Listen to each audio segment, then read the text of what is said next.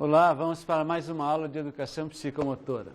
O tema da nossa aula é psicomotricidade, uma categoria em discussão. A importância do tema da aula de hoje se dá pelo seguinte fato. Há a possibilidade das pessoas pensarem, bom, psicomotricidade é isso, ponto final. E na verdade não é bem assim. Existe uma transitoriedade do conceito, ou seja, em cada momento da história, em cada período da história em que se ocupou do corpo, enfim, em que a psicomotricidade aí já estava lançada, ela tinha uma especificidade, uma determinada especificidade que vai, vamos dizer assim, evoluindo não seria exatamente a palavra, mas que vai se transformando, seria a palavra mais adequada, vai se transformando ao longo do tempo de acordo com a relação que a ciência vai estabelecendo com a realidade e com a necessidade da sociedade. Então, o mais correto seria que a gente pensasse em psicomotricidades, ou seja, cada período histórico com uma determinada área do conhecimento que vai se ocupar do corpo de uma determinada forma. Então, formamos aí um conjunto de psicomotricidades. É essa a ideia que nós vamos procurar ao longo de todas as aulas, dá para vocês esse entendimento do processo histórico e dos fundamentos que vão pautando esse processo histórico. Então, hoje a gente pode pensar assim, que a necessidade de discussão sobre o que é psicomotricidade se dá fundamentalmente porque ela é, na verdade, produto e produtora da história dos homens nas suas relações aí de produção, de sobrevivência e etc. Então, para fazer uma avaliação, um levantamento geral aí do que as pessoas entendem por psicomotricidade, nós fomos até as ruas para ver com alguns professores, com algumas pessoas leigas, o que é que elas entendem por esse termo, esse enorme termo, psicomotricidade. Acompanhemos aí a nossa enquete. Você sabe o que é psicomotricidade? Não. Não sei. Acho que é alguma coisa que gira em torno de psicologia. Acredito que seja alguma coisa, quer dizer, a psicologia ligada a alguma parte de movimento, né? Não sei, eu acho que tem alguma coisa a ver com movimento. Psicomotricidade é o conjunto de organização lógica da criança, de todos nós, que conseguimos pensar e agir, termos locomoção, dominarmos o nosso sistema nervoso e como utilizamos isso para aprender. É a ciência que estuda o homem em movimento. Psique é a alma, né? E motricidade é a motricidade da alma, né? Não. Então, como vocês puderam notar aí na enquete, nós temos aí alguns pontos a levantar. Por exemplo,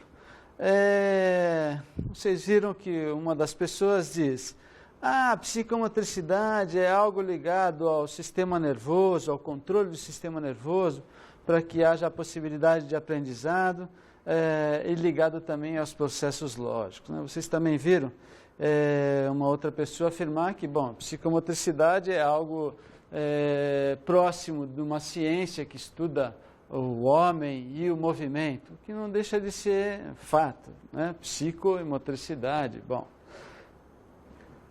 Vocês também viram que muitas pessoas não fazem a menor ideia do que é psicomotricidade, né? Para além disso, tem uma outra pessoa que afirma que é algo ligado ao movimento, e tem uma outra pessoa que faz uma ligação a partir da psique, ou seja, da alma, e que então arrisca que seja o movimento da alma, o que não deixa de ser também um certo fato, porque se a gente pensar na parte cerebral, nas questões cerebrais e no movimento como algo que é a expressão dos processos imaginativos ou dos processos mentais, não deixa de ter uma certa adequação. Mas, de maneira geral, nós notamos aí uma perspectiva bem idealista, ou seja, ligado ao restrito do indivíduo, ou seja, um pensamento de que a psicomotricidade vai trabalhar restritamente com aquele indivíduo, é para o indivíduo, não é? Vocês notam também aí uma correlação com a psicologia, e na verdade não está de todo errado, porque a psicologia e a psicomotricidade acabam tendo raízes semelhantes, como a neuropsicologia, a neurofisiologia, a própria neurologia, a própria fisiologia, enfim, de certo modo são ciências que são correlatas, né? A psicomotricidade vai inclusive se utilizar de alguns conhecimentos da psicologia do desenvolvimento, enfim. Então, esta proximidade que as pessoas entendem ao falar psicomotricidade, bom, só a palavra induz um pouco, mas de todo não está errado na medida em que a psicomotricidade, a psicologia, elas têm uma raiz comum, um campo comum, que é esse campo da neurologia. Nesse cartaz vocês estão vendo aí que a palavra psicomotricidade ela está dividida em duas partes, psico e motricidade. O termo motricidade, como vocês viram na enquete, inclusive, é um termo que liga mais diretamente a questão do movimento, a questão da ação corporal, vamos dizer assim. Já o termo, ou o prefixo psico da palavra, psicomotricidade, ela é um pouco mais nebulosa. Vocês viram na enquete que alguns falam de maturação do sistema nervoso, outros falam de aprendizado, enfim. Na verdade, é o que não fica muito claro o que é esse prefixo psico. No entendimento dos estudos, a gente vai poder acompanhar esse termo psíquico em 3 desdobramentos básicos. São os aspectos biomaturacionais, ou seja, então tudo isso que está sendo estudado aí pela neurologia, enfim, até pela fisiologia e depois pela psicologia do desenvolvimento, ligado aos aspectos de como que a maturação cerebral, a maturação do sistema nervoso vai influenciar no processo de contato com a realidade, de relação com a realidade e também de aprendizagem. Mas tem um refinamento desse psíquico que vai falar diretamente dos aspectos cognitivos, ou seja, esse psico está em determinado momento referindo aos processos mentais de organização, de estruturação mental, voltado diretamente para o aprendizado. Então, nessa relação aí, o movimento estaria em função de poder auxiliar as crianças ou as pessoas mais diretamente nos processos de aprendizagem. Lá no biomaturacional, não. O movimento estaria ligado diretamente à função da maturação nervosa, ou seja, dos próprios comportamentos da espécie, seja ela a espécie qual for. No caso, nós estamos falando da espécie humana. E ainda temos um terceiro nível deste psico que está referido aos aspectos afetivos. Os aspectos afetivos mais imediatos, então a gente vai colocar esta questão da afetividade diretamente ligada ao processo do movimento e das relações corporais que esse sujeito vai estabelecer com os seus pares cuidantes, ou mais precisamente com a mamãe, com o papai ou os substitutos.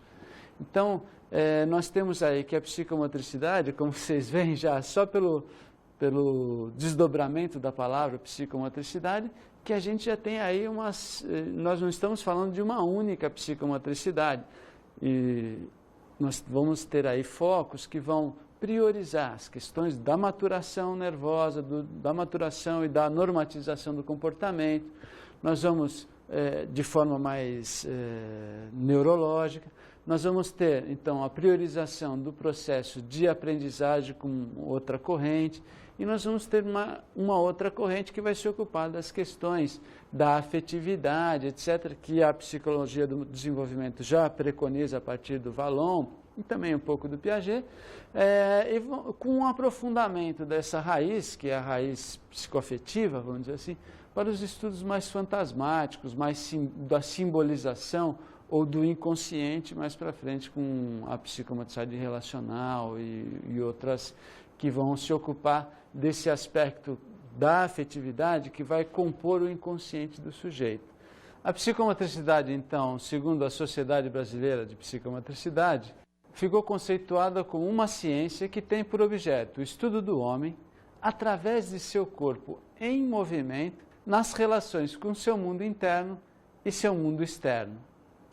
Este é um conceito que foi assumido pela Sociedade Brasileira de Psicomotricidade nos anos 95, mas foi, se não me falha a memória, por primeiro formulado pela Regina Morisot já lá nos anos 80, no segundo Congresso Brasileiro de Psicomotricidade, e é uma tentativa da Sociedade Brasileira de Psicomotricidade de agrupar todas essas dimensões, que é a dimensão biomaturacional, cognitiva e afetiva, num único conceito, né, que é uma tarefa cá entre nós um tanto quanto difícil, árdua mesmo, né?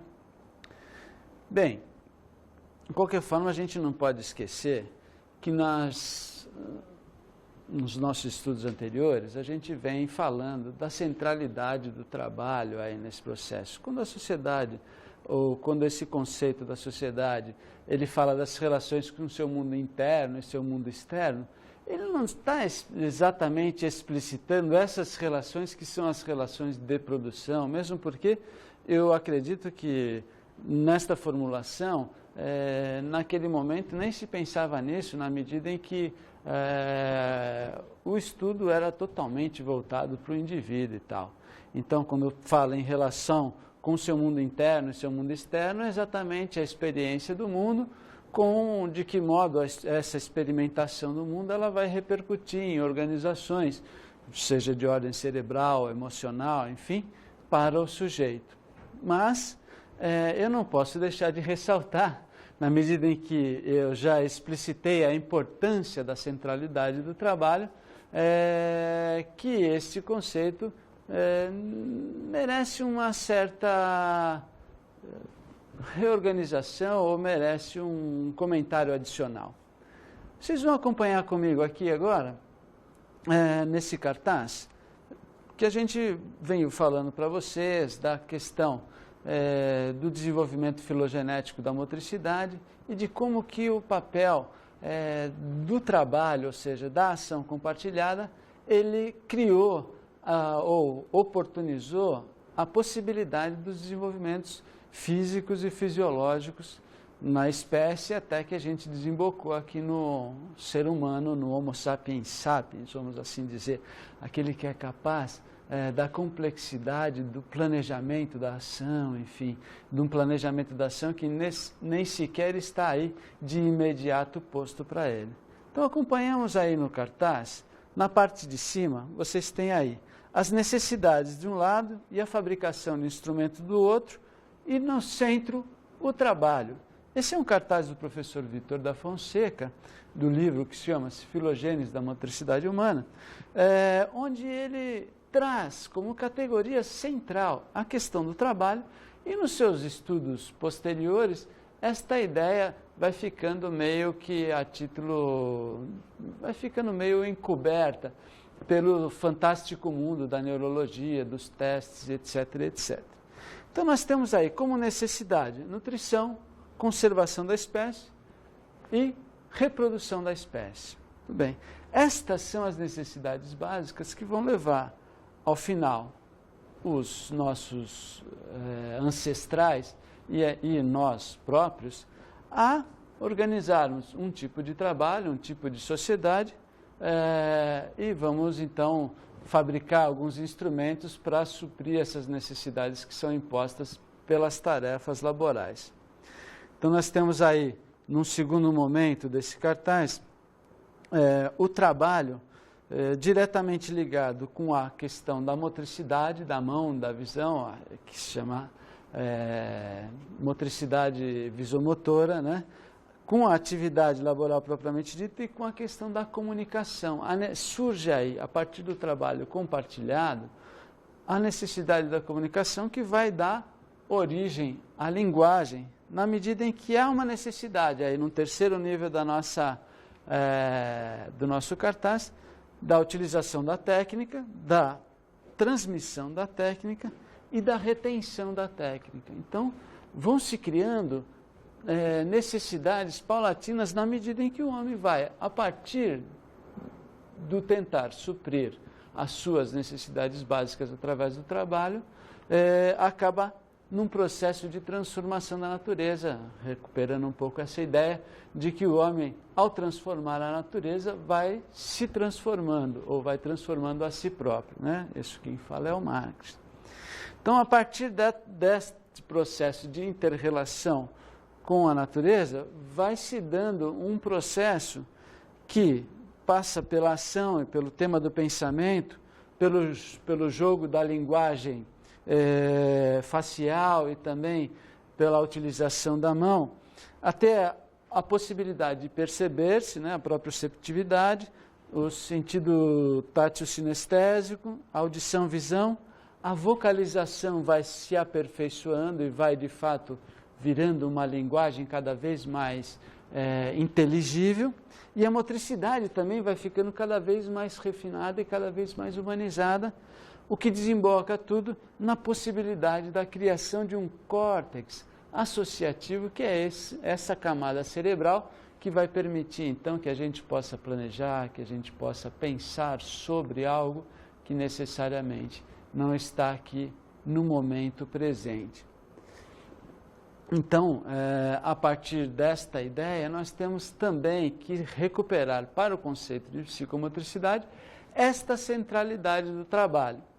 Na minha dissertação de mestrado, nós tentamos uma formulação, eu junto com uma das contribuidoras da banca, a professora Lígia Klein, tentamos circunscrever um pouco mais isto que é o papel da psicomotricidade na medida em que a gente também está falando não só de psicomotricidade num termo geral, nós aqui estamos falando especificamente de uma parte da psicomotricidade que é a educação psicomotora, que inclui-se aí então como prática social.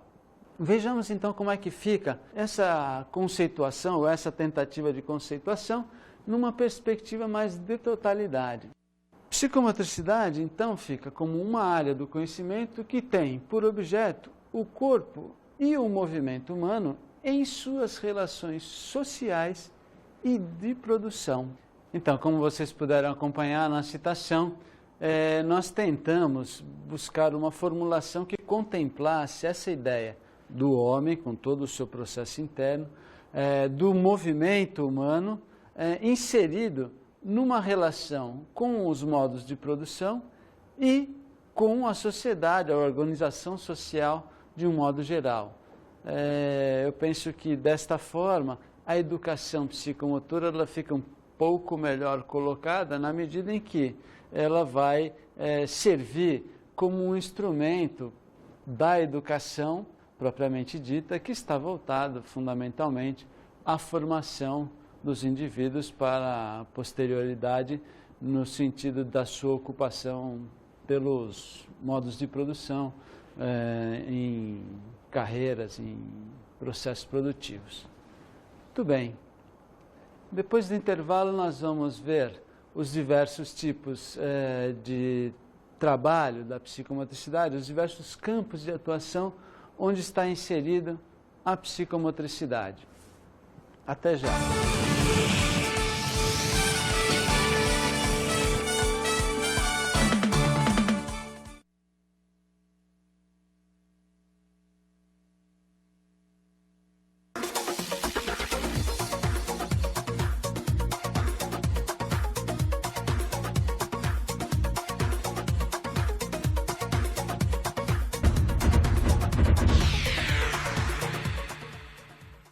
Então vamos para os campos de atuação psicomotora.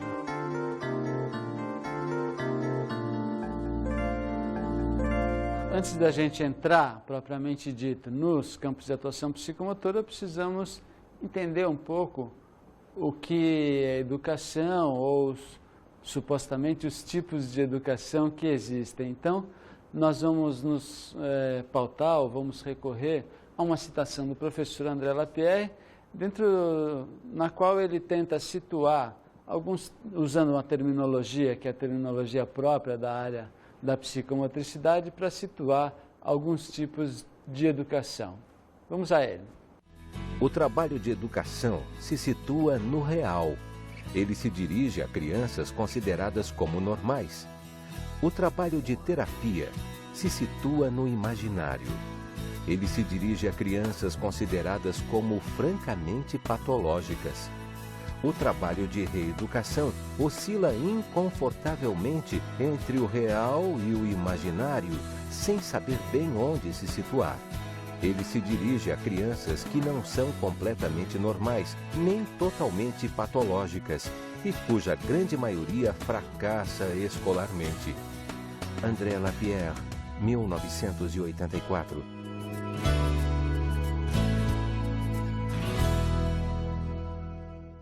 Então nós temos aí que, aproveitando essa ideia do real, do imaginário e da reeducação que fica aí perdida entre o real e o imaginário, e vamos pontuar os campos de trabalho da psicomotricidade fundamentalmente em 3 campos: a educação psicomotora, a reeducação psicomotora e a terapia psicomotora.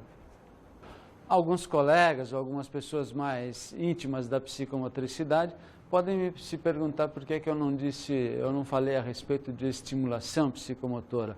Cabe aqui uma parte que eu considero a estimulação psicomotora dentro do processo de educação psicomotora, e por isso eu penso que seria uma redundância classificá-la como um item à parte, vamos dizer assim. Eu prefiro incluí-la então aí dentro disto que é a grande área educação psicomotora, ponto final. Para isso nós vamos então buscar apoio numa citação do Pic-Voyer, que são 2 autores franceses da psicomotricidade que publicaram muito nos anos 60, que diz o seguinte: a educação psicomotora é uma ação pedagógica e psicológica que utiliza elementos da educação física com a finalidade de normatizar ou melhorar o comportamento da criança. Louis Pic, Pierre Baillet, 1969.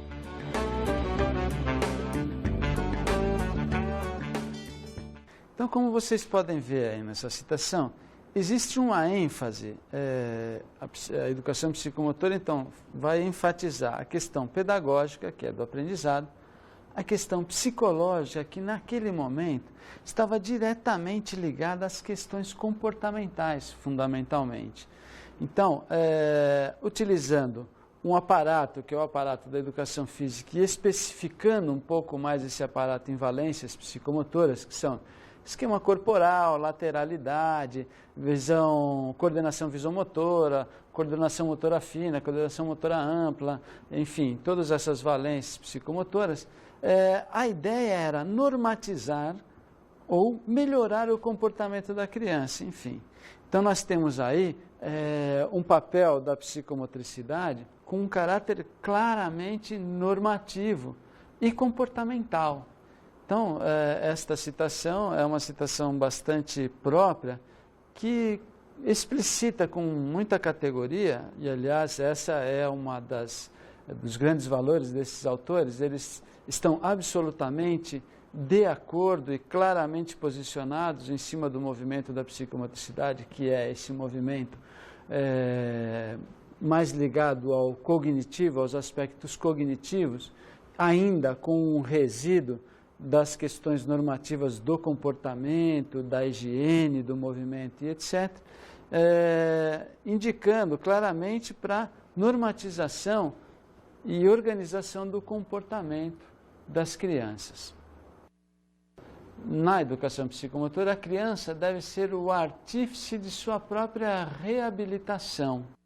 Muito bem, o que quer dizer o Lebuche com artífice da sua própria reabilitação?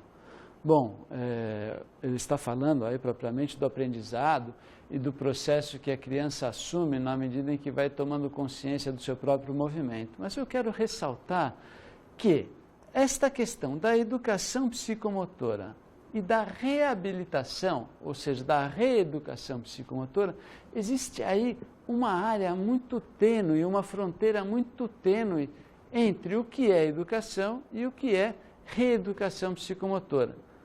Se a gente recuperar um pouco a história da própria educação, se nos remetermos à citação do André Lapierre no começo do segundo bloco, onde ele coloca a reeducação aí entre o real e o imaginário, ou seja, o tratamento das crianças que não são exatamente normais, mas que também não são totalmente não normais, vamos dizer assim, que apresentam alguns distúrbios escolares.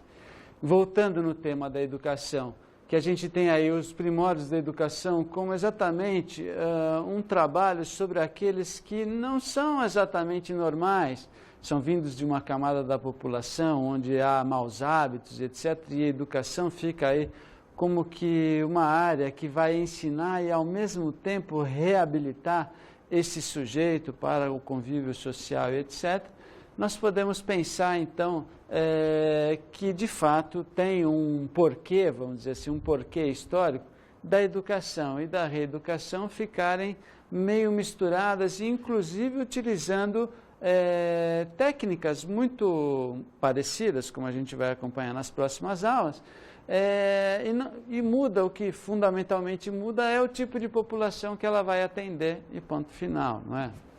Então temos que, por reeducação psicomotora, o que vai acontecer é exatamente isso, um trabalho voltado para crianças que não são totalmente normais, que apresentam algum distúrbio de escolaridade, algum distúrbio que seja ele apresentado por um sintoma corporal, seja agitação, hiperatividade, déficit de atenção, etc., que são áreas propriamente da psicomotricidade, ou antigamente se acreditava também nessas questões de pré-requisito, trocas de letra, trocas de direção das letras, por exemplo, P e B, P e Q, enfim, que indicariam aí algum problema de lateralidade, que isso os estudos vêm derrubando um pouco, embora uma boa parte dos psicomotricistas ainda trabalhem com isso. Então nós temos que aí na reeducação psicomotora nós vamos ajudar as crianças nesses problemas, que são problemas, na sua grande maioria, de ordem do desenvolvimento, e não exatamente um sintoma estabelecido por uma questão de desvio de desenvolvimento e etc. Temos então aí um último campo de atuação ou de trabalho da psicomotricidade, que é a terapia psicomotora. A terapia psicomotora então vem tentar estabelecer uma diferença gritante entre a educação, reeducação e o que é um trabalho voltado para crianças realmente prejudicadas, realmente com algum sintoma instalado e que tem como base, na sua grande maioria, a abordagem mais fantasmática, uma abordagem mais ligada às questões do aspecto emocional, vamos dizer assim. O acento maior da terapia psicomotora, então, vai ser de ordem do emocional, do afetivo, seja ele, em primeira instância, um afetivo que vá estimular a criança no seu processo de mostrar-se, de colocar-se, mas também vai abordar em profundidade as construções que as relações afetivas que a criança ou o sujeito estabeleceu com o seu mundo interno e com o seu mundo externo, ele resulta numa organização de autoimagem que vai permitir que a criança faça isso ou aquilo, ou não permitir que ela se expresse, etc. Então nós temos esses três campos fundamentais, que é a educação psicomotora, que inclui, inclusive, a estimulação psicomotora.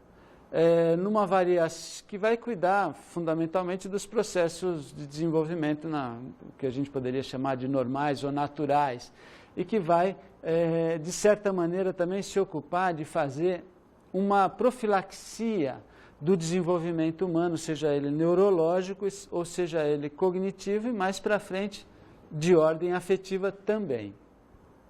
Já a reeducação, nós temos esta ideia de reparar algo que foi extraviado pela tese da privação social, da privação cultural, que vem, ao longo dos anos, inserindo a educação num contexto meio higienista normativo. A reeducação psicomotora também caminha aí dentro desse processo, trabalhando com essas crianças que, em tese, a gente precisa ver se são crianças realmente problemáticas ou se elas são tidas como problemáticas por se revoltarem com a normatização, não aceitarem a normatização.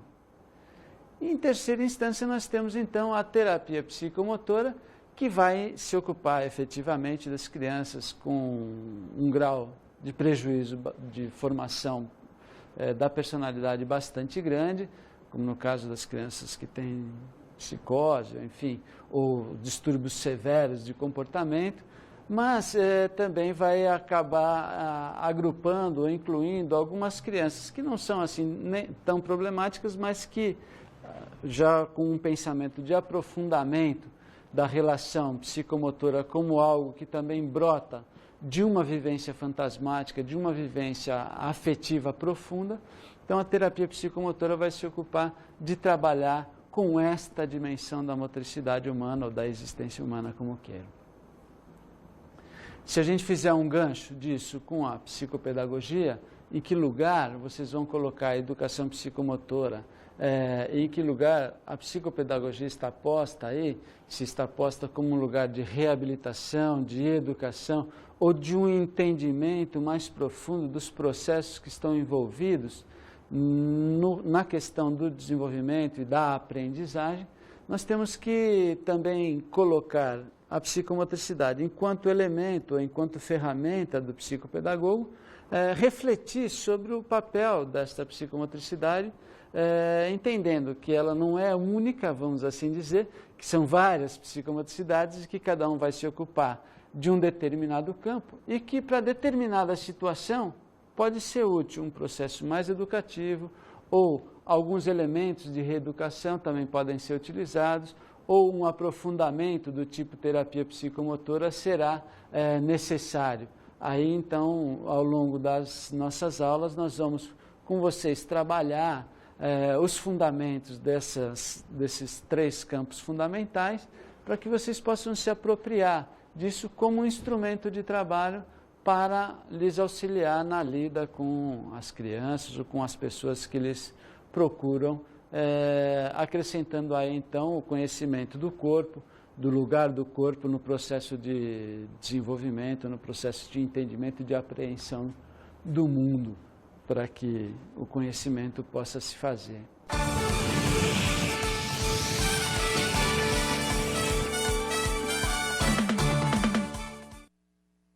Então, como dicas de estudo, eu sugiro para vocês o seguinte: façam uma enquete do tipo que nós fizemos no começo da aula, para as pessoas que estão aí próximas a você, para procurar levantar o que elas entendem por psicomotricidade.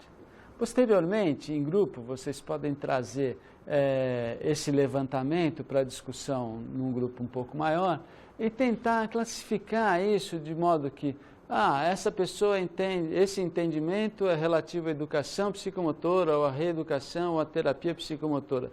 Tentar aí uma classificação, então adicionando um pouco mais a compreensão da aula de hoje. Até a próxima aula, um abração.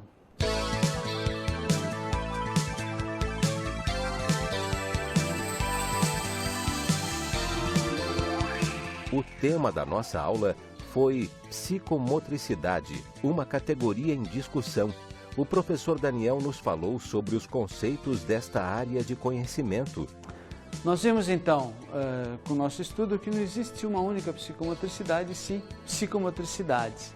E que nossa preferência é relativa a um conceito que insere a psicomotricidade como um estudo do homem e do movimento humano nas suas relações sociais e de produção. Conhecemos os campos de atuação da psicomotricidade. Então, como campos procuramos tornar claro para vocês os 3 campos fundamentais de atuação da psicomotricidade, a saber, a educação psicomotora, a reeducação psicomotora e a terapia psicomotora. Até a próxima aula.